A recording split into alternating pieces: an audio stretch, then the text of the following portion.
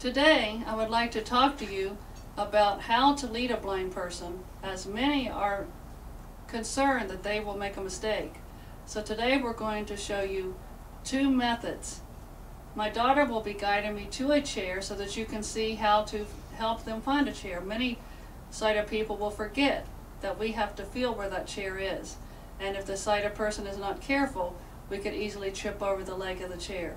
So first, my daughter will show you how to guide. One way to guide, the best way, really, is to hold your arm down straight. Don't be tense. If you're tense, we cannot feel the movements you're making.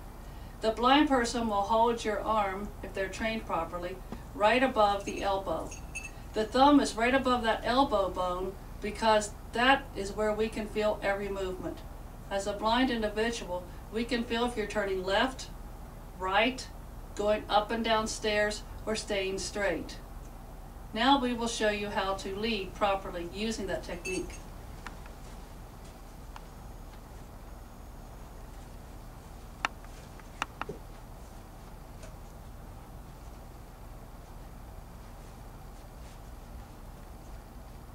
The next technique I would like to use is the cane. This is the second technique we learn as a child how to use so that we can be independent.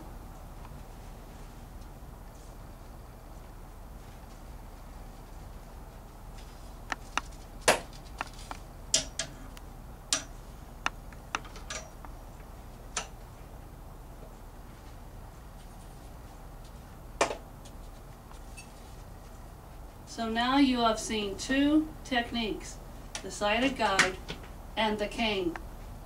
The sighted guide is used a lot of times when we are in crowds because the cane many times will trip people. The third method we use, which I do not have to describe to you because Lions Club members know all about the dogs, is our guide dog. I did not get my first dog until I was in my middle 40s, and I wish now I had got one in college. Because with the guide dog, our freedom is even more. The guide dog will guide us anywhere we tell them to go. Many people think they know where to go, but really we have to tell them left or right or straight. They do learn routines though. When I go to a particular place, we always say to the guide dog, "We are at," such as Pinnacle Bank or the post office. So when we are being dropped off at those buildings, we say the name, and they do remember how to find them. They recognize our routine for walking, but we still have to tell them left or right or straight, because there may be days that we decide to vary that routine and that route. A fallacy about guide dogs is that they can tell you when to cross the street by the light. Dogs are colorblind, so they do not know what color that light is. What they go by is the traffic pattern. For example, if we tell them to go, and we do not hear the car turning in front of us, they are trained to immediately stop. There have been many dogs killed because they have gotten in front of the handler and allowed the car to hit them instead of the person.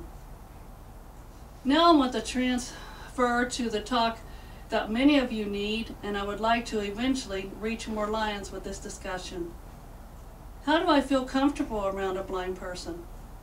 So many times as blind individuals, we feel like we're on this island, that we're segregated, that people do not know what to do with us.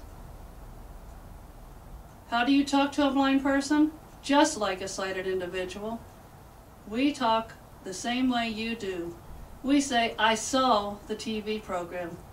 I saw my daughter the other day." Wouldn't it sound strange to say I touched my daughter? And we do not use the word heard because sighted people use the word see or saw. So do not be afraid to talk to us just as if we're like you or like your sighted friends. Some people have the fallacy that we are hearing impaired. But just because we're visually impaired doesn't mean we're hearing impaired. In fact, blind people who have no hearing problems have learned to hear things that sighted people do not hear. We have also been trained concerning hearing to listen all around us. That's why sometimes we get frustrated in crowds because we hear every direction. And we have been taught to do that because when using the cane or even the guide dog, you have to be able to hear what is on every side of you, in front, behind, left, or right. Another problem we face with sighted people is that they do not understand that we are interested in the same things they are. They're afraid to talk to us about certain things, such as what someone looks like, what color something is.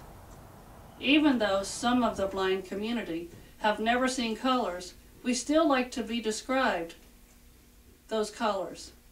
The sun is yellow. The sky is blue today. Because in our own minds, we picture what those colors are. Just recently, I had been told that we cannot depend on sighted people to describe things, such as in an art gallery, because we're getting their point of view. And I wrote back to this professor and said, we live our lives that way. We depend on description every day of our lives. Someone may be saying to us, this person's tall, this person's short, this person has on this particular color today. We depend on descriptions every day of our lives. How do you describe to a blind person, you may say? When I was a student in college and I had to take art appreciation class and go through a tour in the art gallery, I told the student, put into words what you see with your eyes. If you think about describing, you will not describe. You will be nervous that you will leave something out. But if you describe in words what you see with your eyes, you will find out how easy it is to describe to a blind person. I hope that after today, you have learned a few things to help your blind individuals who attend your club to feel more comfortable, and that you too will feel more comfortable in leading, in explaining, and helping them find objects such as chairs or tables.